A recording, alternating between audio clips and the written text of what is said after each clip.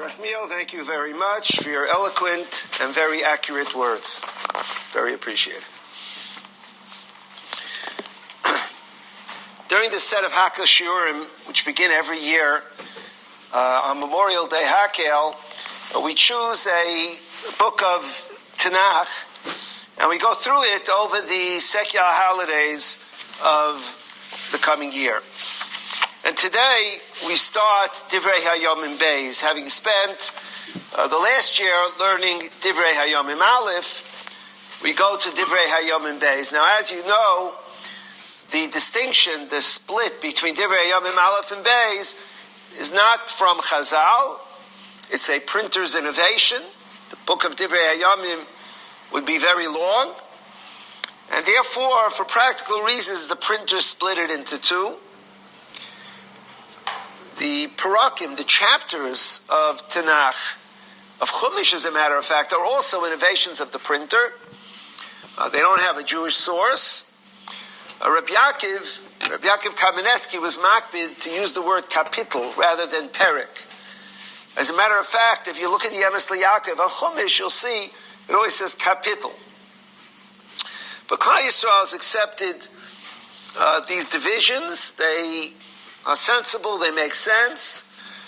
And just as the Gemara says that the Romans built beautiful roads, and Klal Yisrael used it to go to Batei Midrashim and Batei Knesiyos, even though the Romans and their intention was for other reasons, the same thing is true about the Parakim, about the division of the books of Tanakh. And thus, we're splitting last year Divrei Hayomim Aleph, and this year Divrei Hayomim Beis, and we will study Be'ezus Hashem, the second part of Divrei Hayomim. Now here I'd just like to give you an overview, a 1-minute overview of Divrei Hayomim and the books of Tanakh. Divrei Hayomim starts in Divrei Hayomim Aleph from Adam and traces the yichus of all of the Shvatim, and then narrows it down to a tracing of the lineage of Dovid HaMelech. As a matter of fact, Divrei Hayomim was written, the entire book is written, Mibnei Kavoidai Shel Dovid HaMelech, as Rashi says, right in the beginning of Divrei Hayomim, Perek Aleph, Pasuk Aleph, it repeats it in Perek Beis, Pasuk Yud, in Perek Gimel, Pasuk Yud, and numerous places throughout. And Ezra wrote Divrei Hayomim to recount Malchus Beis David. Now, the division of the two halves of Divrei Hayomim are done sensibly. Divrei Hayomim Aleph ends with the passing of David HaMelech. Divrei Hayomim Beis begins with Shlomo HaMelech. And as we go through the 36 parakim of Divrei Hayomim Beis, we will go from Shlomo HaMelech all the way down to the last king of Malchus Yehuda, Tzidkiyahu HaMelech. Naturally, David HaMelech being the greatest of this line of kings, Shlomo HaMelech rather being the greatest of the descendants of David, has the most exposure, has 9 parakim about his personal life and a few more parakim about the institution that he set up within the Beis HaMikdash, and therefore it's mostly about Shlomo. The Malbim writes, Kavonas HaSefer, Lachshoy v'yichus shel Anshe Halev v'Hasegula, that the kavanah of the pasuk is to count those that were chosen, school in the sense of being chosen to be the leaders of Klal Yisrael during the time of the Bayis Rishon. And that's basically what it's about. For your knowledge of Nach, I should point out the following. Shmuel Aleph is about Shaul HaMelech. Now, of course, it has about David HaMelech too, because David HaMelech was a son-in-law of Shaul, and his life was intertwined with Shaul. But as long as Shaul was alive, those chapters are all in Shmuel Aleph. Shmuel Aleph ends with the death of Shaul. Shmuel Beis is all about Dovid. David's life is Shmuel Beis. So Shmuel Aleph is Shaul, Shmuel Beis is Dovid, or accurately said, Sefer Shmuel is about Shaul and Dovid. Sefer Malachim begins with the passing of David, and it's about Shlomo HaMelech and all the kings that followed. So that Divrei Yamim Aleph pretty much mirrors the time period of Sefer Shmuel. It talks about Shaul, although briefly, and then talks about David. And Shmuel Beis, Divrei Yamim Beis, mirrors Sefer Malachim. It talks about Sefer Malachim. Malachim Aleph goes till the end of the life of Eliyahu HaNavi. And Malachim Beis begins with Eliyahu HaNavi's leaving the world and has 11 or 12 chapters about his disciple Elisha and then the kings that followed. Now, a very important point of understanding about Sefer Divrei Hayam. The style of Tanakh, Torah and Nevi'im and Ksuvim is that the Psukim are not shy to point out some of the failings, or some of the, what Chazal call Chatoim, of Gedolei Yisrael. As a matter of fact, the Psukim write it very, very clearly, and sometimes in very stark and extreme terms. Because Tanakh is not written to be a history book. Tanakh is written to be a Musa Sefer, a Limud Sefer, Halacha and Musa. For example, Klal Yisrael was in the Midbar for 40 years. All you find in Chumash are the episodes of the first year plus a few months, and the 40th year. The 38 years in between, in which Klal Yisrael did not sin, Klal Yisrael did not test Moshe Rabbeinu. There were glorious and wonderful years of the study of Torah and the leveling and the raising of the level of Kedusha. Then I even mentioned the Chumash. When you're in Chumash, Klal Yisrael sounds terrible, always making trouble. But most of the 40 years, there was no trouble. There was no trouble. But Tanakh is not a history book. It's a lesson sefer.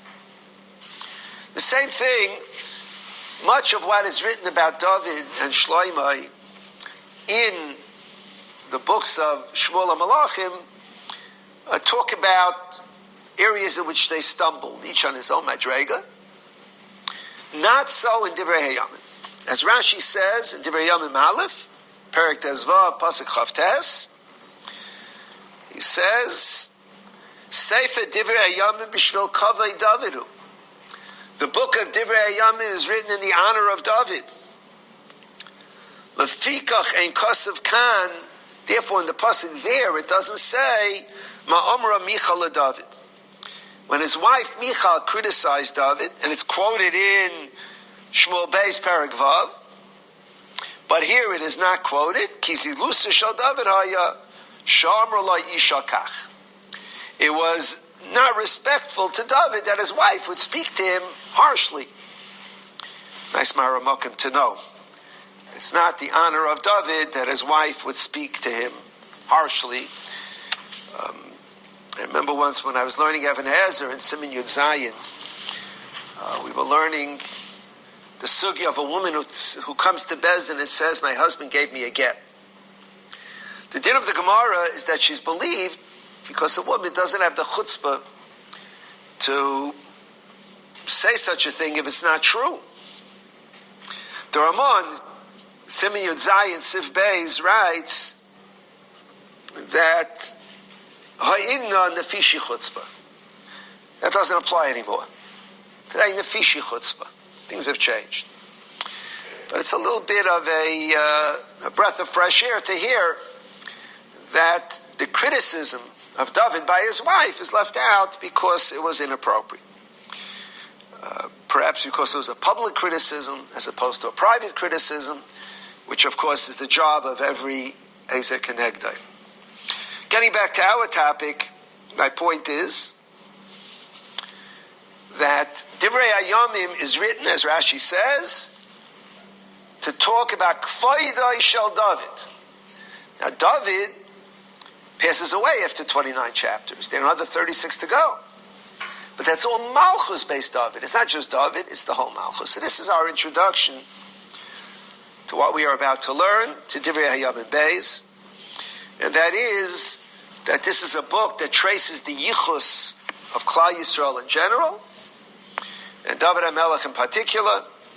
Most of it is about David.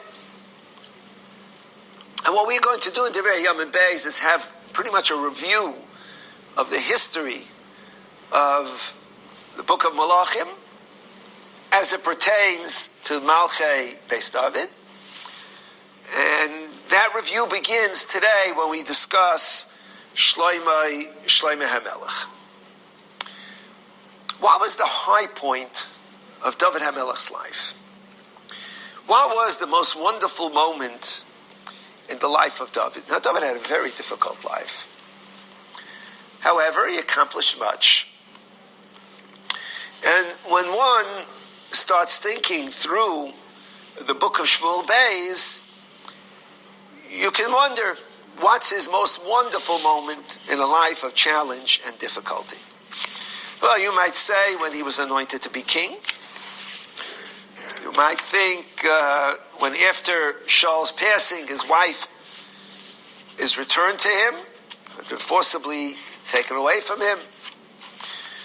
There may be other points of joy in David's life which are mentioned. But the most extraordinary moment in the life of David HaMelech is not known by most people because it's not a story, it's a nevuah. In the 7th parak of Shmuel Beis, Pasuk Yud Beis and on, HaKadosh Baruch Hu gives a wonderful nevuah to David. He says, Hakimoisi ezaracha acharecha. When you pass on, your descendants will follow, Asher Yetzei Mimeyecha, who will yet be born. Shlomo HaMelech was not born at this time. V'achinoisi es mamlachtai, and I shall firm his kingdom. It will be a strong kingdom. Who yivne bayis lishmi? Your son will build the Beis Hamikdash. V'chinanti es kisim mamlachtai ad olam, and his kingdom will be eternal. The kingdom of Malchus Beis David will be eternal. V'chasti lo yoser mimenu. Kashis asiraisi me'im Shaul. Shaul's kingdom ended. It will not happen to you, David HaMelech. V'chasti lo yoser mimenu. Even if he sins, the chesed will continue. Kashis asiraisi me'im Shaul, asher asiraisi milfanecha. Not like what I did to Shaul, who was removed from before you. And the kingdom of David is eternal. David HaMelech was told that his descendants would rule forever. That his descendants would forever be the kings of Yehuda. Now, of course, in our Golus, we don't have kings. But Malchus, the Keser Malchus, the crown of Malchus is David, and we daven every day, as Semach David Avdecha, Meir Setzmiach, for David to be, David's Malchus to be returned. And for that, David HaMelech gave great thanks, brought karbanis, because of the joy. Imagine being told that your children, your descendants, would forever continue in your line, in the line of Malchus that begins with you, and that is the promise that is made. The same promise is made in Divrei Hayamim Aleph, Perek Chav Beis, and Vayischazik Shlomo ben David al Malchusai V'Hashem Elakav Imai V'Yagadlei Olamala. And the Divrei Hayamim Beis begins with the fact that the Malchus would be a Malchus forever.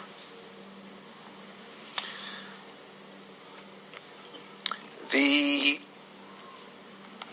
Rambam in in his Pirush HaMishnayos and Perek Chelek, brings the 12 Ikrim. Now in the Siddur, it's brought B'Kitzer. We all know the Nusach an Imamim Be'emunah Shalema B'Viyas HaMashiach. It mentions Mashiach, it does not mention any name at all. However, if you look at the Rambam in the source, that is in the Pirush HaMishnayos on Perek Chelek, where he writes the original version of the Yud Beis Zikrim, of course at greater length, the Rambam writes, Ein melech yisroel ela mi beis Dovid, umizera shlomo bilvad. The Rambam there writes a chiddush that's understood to be his chiddush, that the descendants of David, that would be the line of Mashiach, is dafka from Shlomo HaMelech. Dafka from Shlomo HaMelech, v'chol ha'choylek ala mishpacha hazais, kofar b'shem Hashem Yisbarach, v'divrei Nevi'av. So this Rambam is quoted as a chiddush that Mashiach ben David must be Mashiach ben Shlomo, even though Mashiach David HaMelech had many children. And there's no halacha that the line of David must go through Shlomo. The Rambam says it's Ikrei Amunah. And someone who's kaifer in this is a kaifer b'Nevi'ah Hashem Yisbarach. The question the Mefarshim there ask is, where did the Rambam get this from? That Shlomo HaMelech must be the line of David, that is, the line of Mashiach must come from Shlomo HaMelech. And the answer is that while I just read you the Sefer Shmuel Bey's version of a Nevuah, in Divrei Hayomim it reads slightly differently. And that is in Perek Chav Beis, David HaMelech is told by Hashem, Hine bein noilad lach hu yiyeh ish menucha. You will have a son who will be a man of serenity, of menucha, of peace. V'anichaysi loy mikol oyevav. And I will give him respite from all his enemies, misaviv. Ki shlomo yiyeh shemai, v'sholem v'sheket eten al yisroel b'yama. See, here it says the name. Shlomo yiyeh shemai. HaKadosh Baruch Hu tells David, you will have a son named Shlomo. Hu yivne bayis l'shmi, v'uyeli lebei v'ani loy la'av. God says he will build a Beis HaMikdash, and will treat him as a son. V'achinoisi kisei malchusei al Yisrael ad olam. And his kingdom will be forever. So that anybody who asks, where did the Rambam get this from? That Shlomo HaMelech has to be the family of Shlomo HaMelech has to be Malchus of Mashiach. Someone who says that reveals that he, has not learned Divrei Hayomim, because it's a Beferish Pasuk in Divrei Hayomim, that is indeed the Makar of the Rambam. Now it's interesting, it seems to be well known that the family of Rabbeinu HaKadosh, of Rebbe, is the line of Malchus Beis David. It seems to somehow be well known. There are, even today, families in Klal Yisrael, some royal families, Rebbeisha families, that trace their lineage back through their Messiah to Rabbeinu HaKadosh.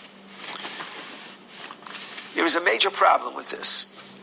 Because Taisus Iksubis Samach Beis Amid Beis says Rebbe Minzera Shefatya ben David, that Rebbe was not a descendant of Shlomo HaMelech. He came from David's family. But he came from Shfatya ben David. And because of that, the Rambam is saying it's not possible that Rebbe's descendant is in line to be Mashiach, because he doesn't come from Shlomo HaMelech.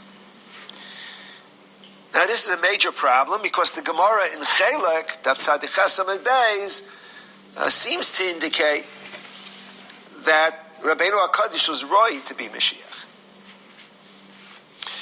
This is a question which Rav Chaim Kanievsky asks in his time of Dekra. And I found also that Minchas Elazar, in his Divrei Torah Chelek Dalet, Siman Pei Dalet, asks this kasha.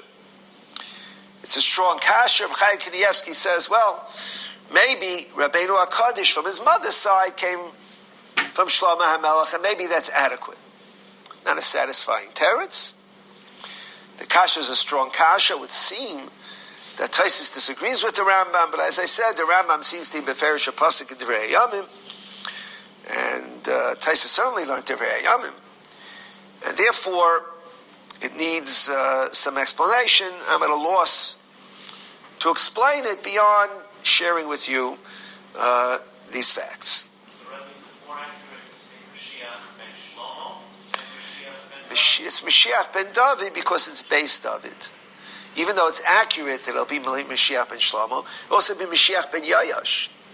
Because at one point, all the descendants of Shlomo were killed by Atalia, with the exception of Yayash, so Mashiach does come from Yayash. But it's the Schus of David. It's the Kisei David. And Yecheskel in his Nevuah seems to indicate that when Mashiach comes, the Mashiach will be a descendant of David, but David himself will also occupy some position of Malchus.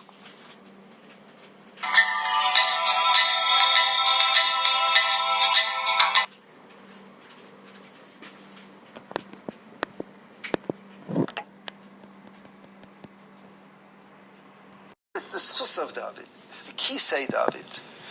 And Yecheskel in his Nevuah seems to indicate that when Mashiach comes, the Mashiach will be a descendant of David, but David himself will also occupy some position of Malchus. There's one other important chiddush in the first psukim of Divrei Hayamim Beis that is important to note. Again, it's a historical chiddush. You should know that there was a Mishkan in the Midbar. It housed the Aron, the Menorah, the Shulchan, the Mizbeach, a Mishkan. When the Jews entered Eretz Yisroel, it went to Gilgal. And that's where it was located. Later, it resided in Shilai. People are familiar with Shilai, if not from Chumash, at least from Rashi in Parshas Vayigash and again in Parshas Vayechi. Mishkan Shilai lasted for 369 years. It was actually a long period of time, almost as long as the Bayis Rishon, which was 410 years. And it was in Shilai. From Shilai, it was moved. The Churban of Shilai took place in the beginning of the book of Shmuel Aleph, when Eli was the Kohen Gadol. When he heard about it, he died as a result of that tragic news. And then it was moved to Noiv. We call it Noiv v'Givain. It was a Noiv and Givain. Noiv first. As you know, Shaul destroyed the city of Noiv. It wasn't a city, it was a city of 70 people, but it was a settlement of Noiv.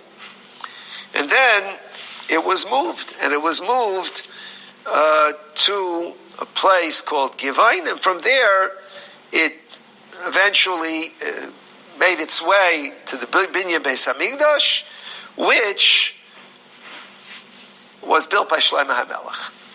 What did these places look like? What did they look like? What was, the Mishkan, we learn Chumash. What about Gilgal and Shilai and Noiv and Givain? Were they edifices? Were they just plain buildings? Well, the Mishnah Zavachim tells us that Shilai was a base Avonim. Was a structure that was built. It wasn't the Mishkan of Moshe Rabbeinu rebuilt at Shilai. No. It was a building that had walls of stone and roofs of cloth, and that was the way it was in Shilai. That's what it says in the Mishnah Zavach. The Rambam in Pirush HaMishnayos writes, however, after Shilai was destroyed, it was moved to Noiv and Givain, and there it was an Oyel Mayed. It was the same Oyel Mayed. It reverted back to Moshe Rabbeinu's Oyel Mayed. so that it was put in storage for 369 years, quite a bit of time. And then it was pulled out again, and for the 48 or 50 years of Dovid and Givain, it was built as a Mishkan. Where did the Rambam get this from? Where did he get this from? How does he know that? So we have another raya that the Rambam learned Divrei Hayamim, because the source is the pasuk here in the beginning of Divrei Hayamim. Vayelchu shloimei v'chol hakal imay labama asher b'Givain. The Jewish people went to the Bama, to the Mizbeach that was in Givain. Kisham haya oyel mayed halikim asher asa Moshe eved Hashem b'midbar. Hear this? Asher asa Moshe eved Hashem b'midbar. Moshe Rabbeinu's Mishkan, which lasted 40 years in the Midbar. 40 years in the Midbar. It lasted another 440 years. Now, there were 369 years when it was a storage. When the Kroshim, the structure was stored, but it was pulled out again. And 440 years later, it was still standing, this time in Givain, until the Beis HaMikdash was built, and the Ayel Bayit was taken apart for the final time. So again, we have a Nakuda, a point here from Divrei Hayamim. So we've learned today to review our introductory idea, which you should all be familiar with. Shmuel Aleph is Shaul, Shmuel Beis is Dovid, Lachem Aleph is Shlomo HaMelech through Eliyahu, and corresponding Divrei Hayamim Aleph corresponds to Sefer Shmuel, Divrei Hayamim Beis corresponds to Sefer Malach. The second Chiddush we learned today, the Rambam's Chiddush, that Mashiach must come from Shlomo HaMelech, and the difficulty we have with that, with understanding that Rabbeinu HaKadosh is somehow the line of Mashiach. And number three, the structure of the four places where the Mizbeach stood. First in Gilgal, where the Mizbeach and the Aron were together. Then in Shilai, where the Mizbeach and the Aron were together. And then in Noiv and Givain, where only the Mizbeach and the other Kalim were. The Aron, for reasons we won't go into at this time, was not in Noiv and Givain. They were separate. The Aron, as we learned, was moved to Yerushalayim. And that was sort of sets the table for this period of time. Now what about Shlomo HaMelech in Divrei Hayamim? The first 9 prakim, which are the primary parts that deal with Shlomo HaMelech, cover 13 years of his kingdom. How long was Shlomo HaMelech king? Anyone in this extraordinarily large audience might know. 40 years. Exactly 40 years. He was Shlomo HaMelech, came Melech at the age of 12, and died at the age of 52. Same 40 years as David, although David's 40 years spanned 40 and a half years. But yeah, you're right. So Shlomo HaMelech was king for 40 years. Basically, Divrei Hayamim counts 13 years. And the reason for that is because Divrei Hayamim Ibnei Kavayde Shel David. The glorious, wonderful years of Shlomo were the first 13, perhaps a little more, years of his kingdom. As the years went on, Shlomo HaMelech became, on his level of greatness, something of a disappointment. When Rav Pam used to talk about Nach, he spoke about it emotionally. When he spoke about Shlomo HaMelech, he would sigh and say, it could have been so great. It could have been so great. Shlomo HaMelech overextended himself. The irony, the sadness, when you think about it, in the history of the Jewish people, how many kings did we have? How many kings? Well, if you count all those that were called Melech, you have close to 50. No. Kings on the entire Klal Yisrael was Shaul, Ben Shana, Shaul b'Malcha Yishtei Shana Malach al Yisrael, a 2-year kingdom. David, 40 years, of which 7 years Malach Bechevrai, not all of the Jewish people accepted him, and Shlomo HaMelech. After Shlomo HaMelech, the Malchus splits. And we're going to learn about that later in Divrei Hayamim. The Malchus splits between the northern kingdom, the 10 Shvatim, and the southern kingdom, the kingdom of Yehuda uBinyamin. And that split remains. That remains until the 10 Shvatim are exiled, and later the other 2 Shvatim are exiled. It's sad. It's very, very sad that such a thing should take place. And the pain of our exile was in that sigh of my Rebbe, Rav Pam Shlomo HaMelech. It could have been so great. The first thing we learn about Shlomo HaMelech in Divrei Hayamim Beis is the famous dream in which he's granted wisdom. The dream in which HaKadosh Baruch Hu allows him to ask for anything.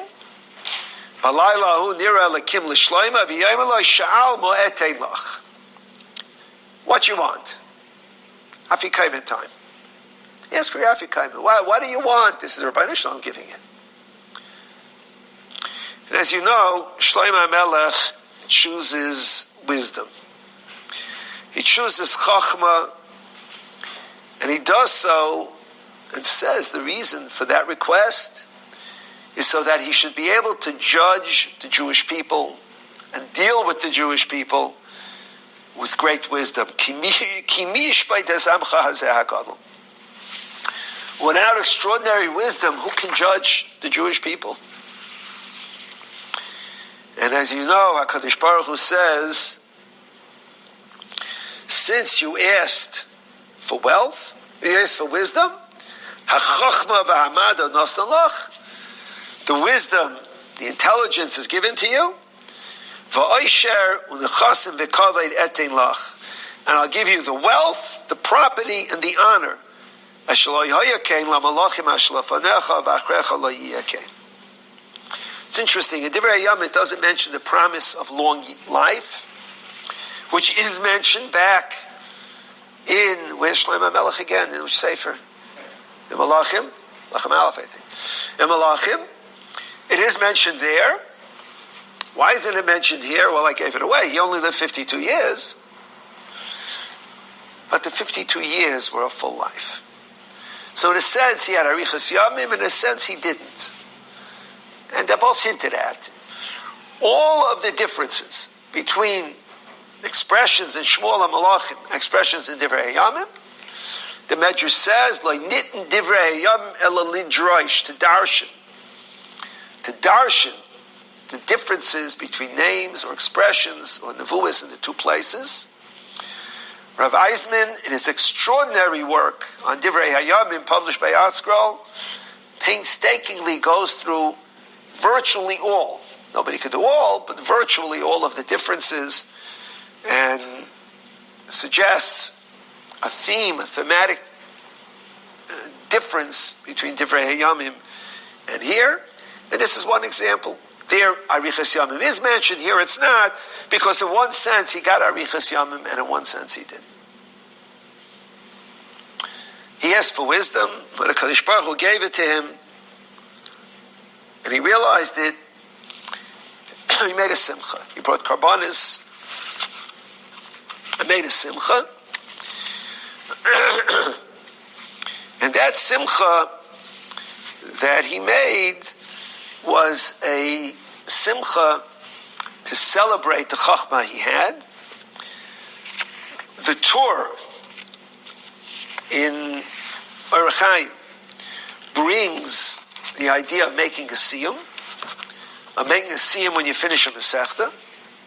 And the Beis Yosef brings that the source for that is the Suda that Shlomo HaMelech made. Shlomo HaMelech made a Suda when he acquired Simcha. Mikan Shoisen Suda L'Goymer Shal Torah. From here we learn out that when you finish Torah, you make a siyum. Shar Shlomo Kishamalei Kadosh Baruch Hu Hinei Nesati L'Cha Leiv Chacham V'Navin. When Hashem said, "I'm going to give you a heart of wisdom and understanding. Miyad osa mishtol chalavadav. Immediately he celebrated halamadit toshais and suda legamar shel Torah. Lakach oisin suda is gedolos v'tanugim gedolim b'yom simchas Torah. That's a source for the celebrations of Simchas Torah. Wonderful. Let me share with you what Rav Schwab, in his Pirush on Chumash, in Zayis HaBracha, writes, it's a must-know for anybody making a siyum, anybody speaking at a siyum. It's a must-know, must understand. Beautiful. Listen to what he says.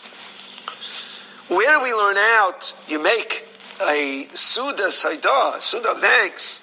When you finish a Masechta, Shlomo HaMelech was promised wisdom, he made a Suda.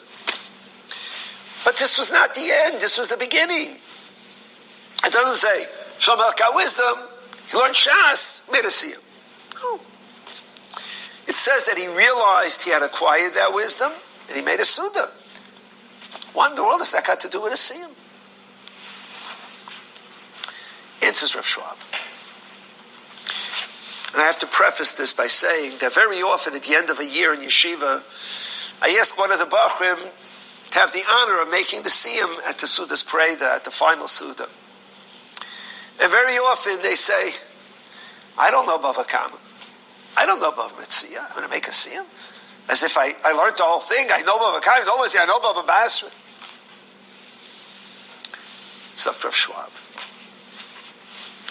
When you learn a Masechta, you learn the language of the Masechta. He says, Lidugma, for example. If you learn Yavamis, best example. You know what you're talking about. New expressions, new ideas. Yesh Zika, Ein Zika. What's Zika? Achoisach. What's Achoisach?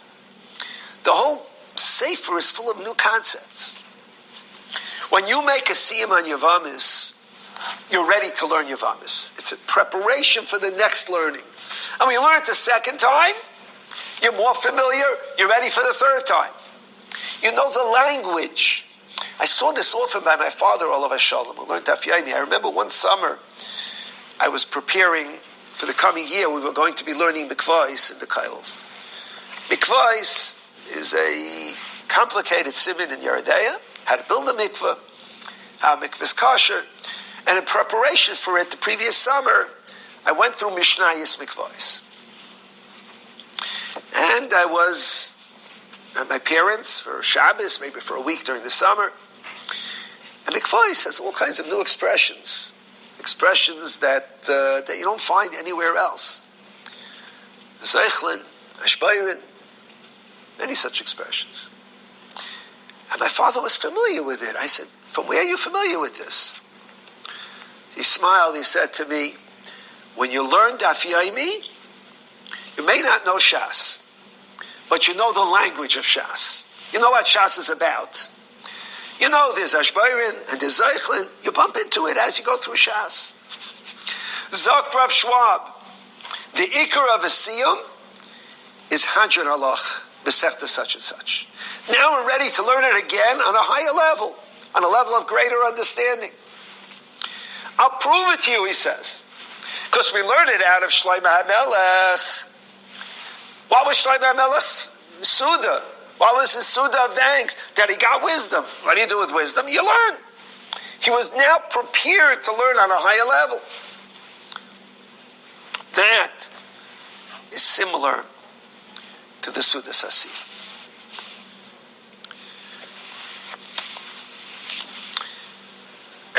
If I had to give an overview of the life of Dovid and his son Shlomo HaMelech, without chidushim, pshat, Shlomo HaMelech is ish menucha.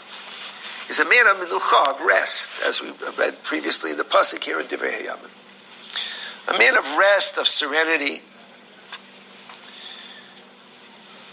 When Shlomo HaMelech built the Beis Hamikdash, after years of hard work, and all the Jewish people came together during the Aseret Yimei Tshuva, 2 days before Yom Kippur, and they had the grand entrance, and that the Aron would enter the Beis Hamikdash and be placed in the Kodesh HaKodeshim. And I'm sure that a lot of preparation went into it. They bring the Aron up the steps, try to open the doors. They don't open. They don't open. They pull, they push, they can't get the doors open. Imagine the embarrassment. And Shlomo Melech says, Tillim. It doesn't work. Until he says, Zachra lechaste dovid avdecha, do it in the merit of remembering the kindness of David, then they opened. The Gemara says, Ba'isei Shah, at that moment, this hapcha panav, Pneihem shel Sainei David keshulei kedera. David still had detractors. And at that moment, they realized they were wrong. Their faces turned black like the bottom of a pot. Why did this happen? Why did this happen? So the Minchas Elazar explains, again in Divrei Torah, his sefer called Divrei Torah, Chelik Beis, and Kuf Chav Gimel, that David HaMelech and Shlomo represented separate types of tzaddikim. They may have been father and son, but they were as different could be. Some tzaddikim, Tamidei Chachamim, they sit and learn. They're not involved in the greater tzarchei tzibur. Of course, they're supportive. They sign haskama letters, but they're not personally involved. They don't go out to do battle. The tzaddikim and Yerei Shemayim, their Torah holds up Klal Yisrael. Their Torah, they locked in their little room, wherever they may be, sitting and learning. That's the pillar that holds up Klal Yisrael. Shlomo HaMelech was in that mold. Shlomo HaMelech did not go out to battle. It's true he was king. Chazal say as king, he was a judge. He was a dayan. You have to do battle. He ruled the menucha, ish menucha. David HaMelech was the second sug of king. He was constantly busy with the needs of Klal Yisrael. He was constantly busy trying to consolidate the Jewish people together as one people. If you look at the difference between the writings of David and the writings of Shlomo, you see it. Koheles contains the deep philosophical thoughts of Shlomo HaMelech sitting in a Beis Medrash. You can imagine sitting in a Beis Medrash in Kedusha v'Tahara, Shir Hashirim certainly, and Mishlei. That's not like Tehillim. Tehillim is a storm. Tehillim is a tumult. Oyevecha Hashem esna, u'biskaybimecha es kaitat. David says, I'm ready to fight for your name, Hashem.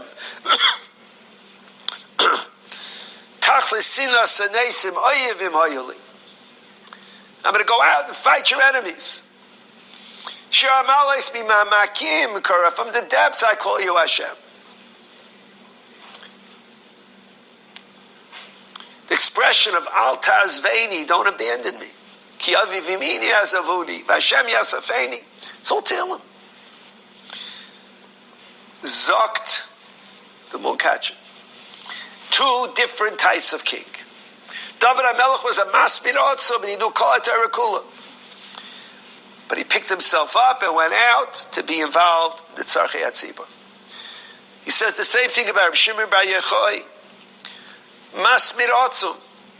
The Gemara says that he was such a masmid, he didn't daven only once in 30 days.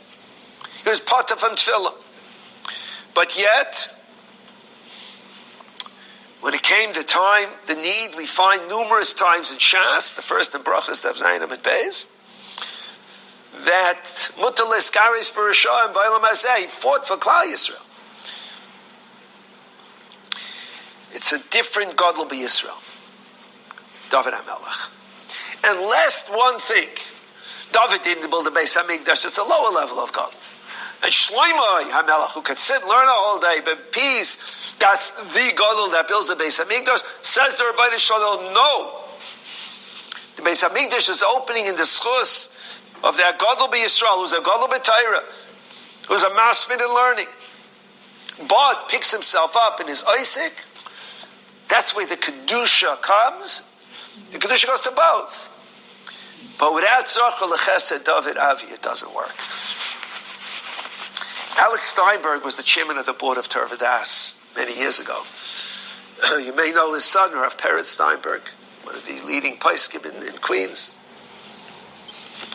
Alex Steinberg once made a parlor meeting for Baron Kotler, for Lakewood Yeshiva, which at that time was a small yeshiva.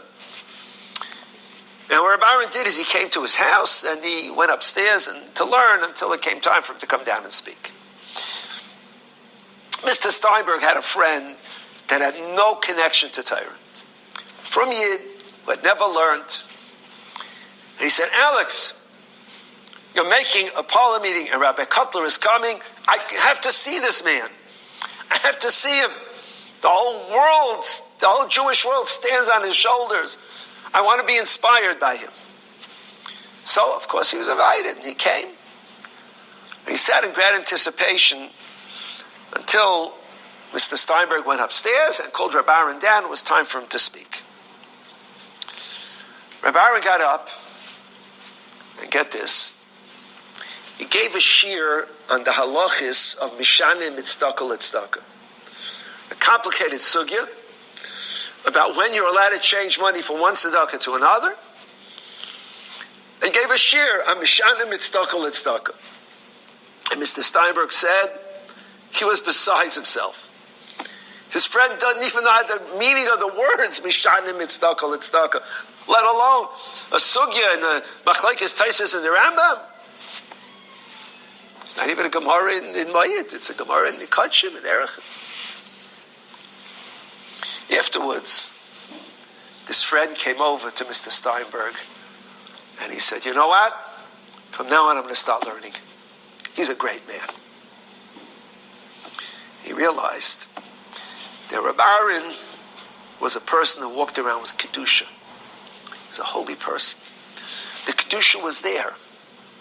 Rabbi Aaron was our generation's David HaMelech. He was America's David HaMelech. He was a person who was a masmid, but ran all over the place. He took the short line bus wherever he went. You know he was in Lakewood for Shabbos. A whole week he wasn't in the yeshiva. He would give shir on Friday, and by Shalosh Shudas he would speak. And he'd be running to take care of Klal Yisrael's needs. That's David. Shlomo is Dish Menucha. Zayar refers to it as Siyara Ba'ashlomusa, quoted by many of the Mefarshim of Tanakh. Siyara Ba'ashlomusa means the full moon. Shlomo was the 15th generation of the Jewish people. 15 days into the month is a full moon. Siyara Ba'ashlomusa was the full moon. He had extraordinary potential. The Gemara says the Pasuk says about Shlomo that he had the schus to get kol chayfet Shlomo shechafetz lasis. Everything that he wanted, he got. You know the meis v'chatzi tavase biyadei. How could that be? Nobody gets everything. The answer is, it was a me'en of Yomai HaMashiach. It was a time of potential greatness. And Shlomo didn't do it. He didn't make it. The moon started to shrink. I once heard from Rav Moshe Shapiro. He said, we say at Kiddush Levana that someday the moon will be like the sun. He said every month the moon starts out as a slender, slim crescent, gets bigger and bigger, and the 15th it's a full moon. Someday that moon will not start to get smaller after the 15th. It'll shine brighter and brighter until it reaches the brightness of the sun and heralds Imaisa Mashiach. That was Shlomo HaMelech's potential. Because Baruch Hu taught us that the potential of Shlomo, great though he was, is not what makes it work. You need a me'en of Dovid. Shlomo is Binyan Beis Hamikdash and Klal Yisrael in all its glory. Dovid is Klal Yisrael in Golus. Klal Yisrael in times of Tsar and Sarah. When there's a pandemic, everyone takes out a Tehillim. It's David HaMelech's book. It's David HaMelech's life. Hasmoda in Torah, accompanied with worrying about Klal Yisrael, davening for Klal Yisrael, being involved in the needs of Klal Yisrael. That's what ultimately brings Mashiach. Our time period that we're in now, the corona pandemic, although Baruch Hashem, it is letting up, Chastei Hashem, and we hope we're on a path for good health and resolving somehow, B'yad Hashem only, that this disease should go away. Only callous people talk about it as having been not so bad. It was awful. It was terrible. I had a friend who did Taharis from 8 a.m. till midnight every day. And they didn't do the regular Taharis.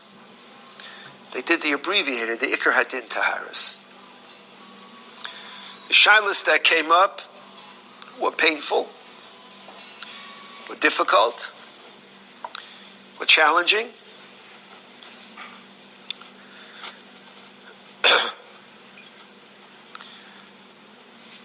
It was awful. It was awful.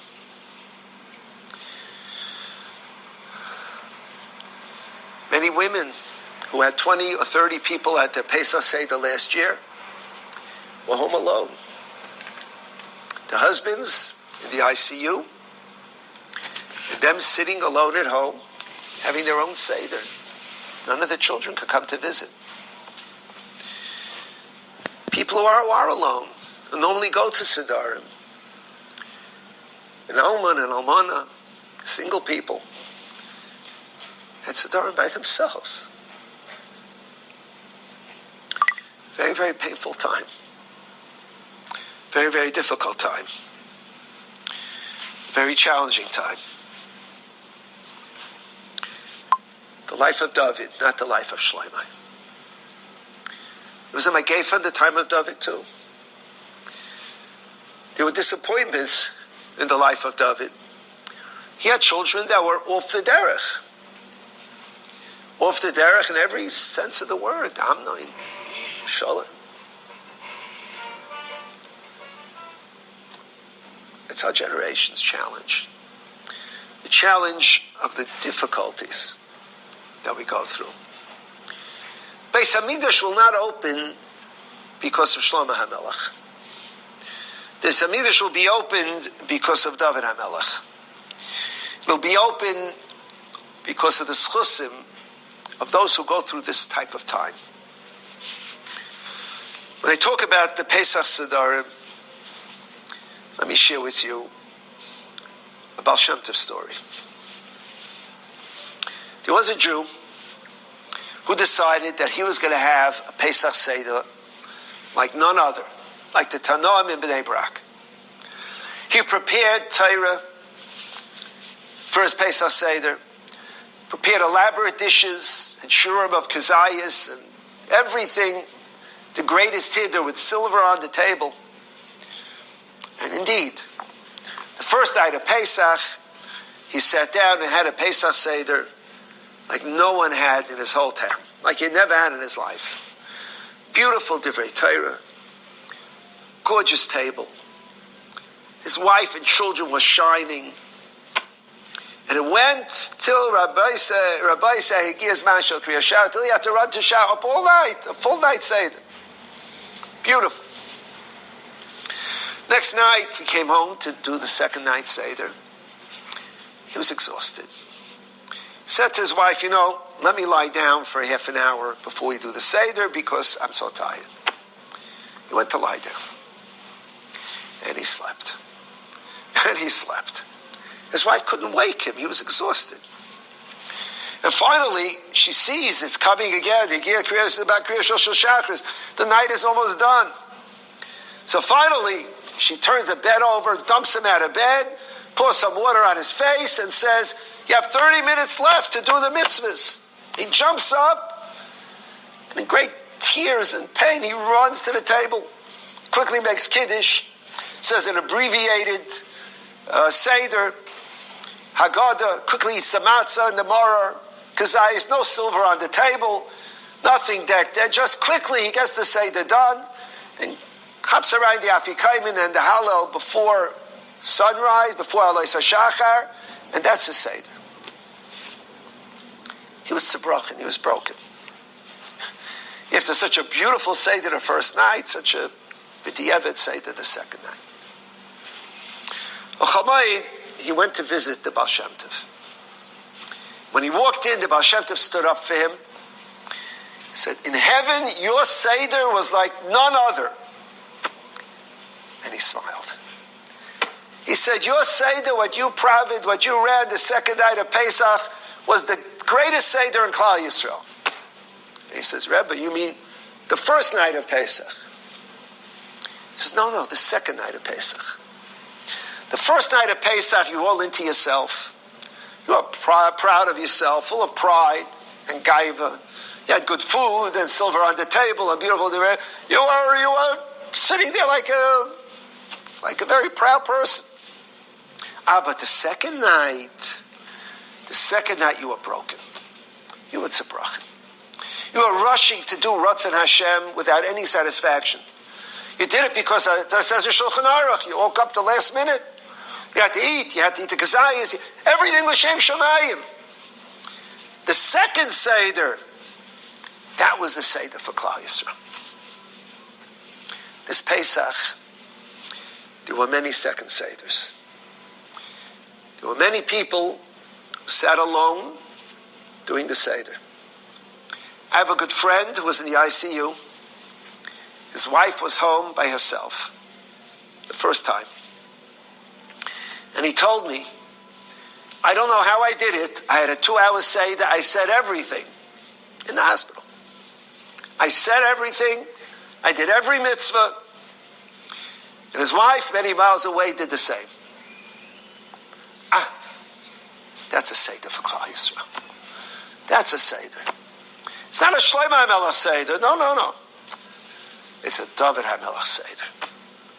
From those Sedarim, we're going to be Zaychem Yitz Hashem to Lashona Haba Yerushalayim, to the coming year in Yerushalayim Habenuya, may we all be Zaycha to dance towards Mashiach without masks on our faces, being able to see everybody smile, B'karayv B'yameinu.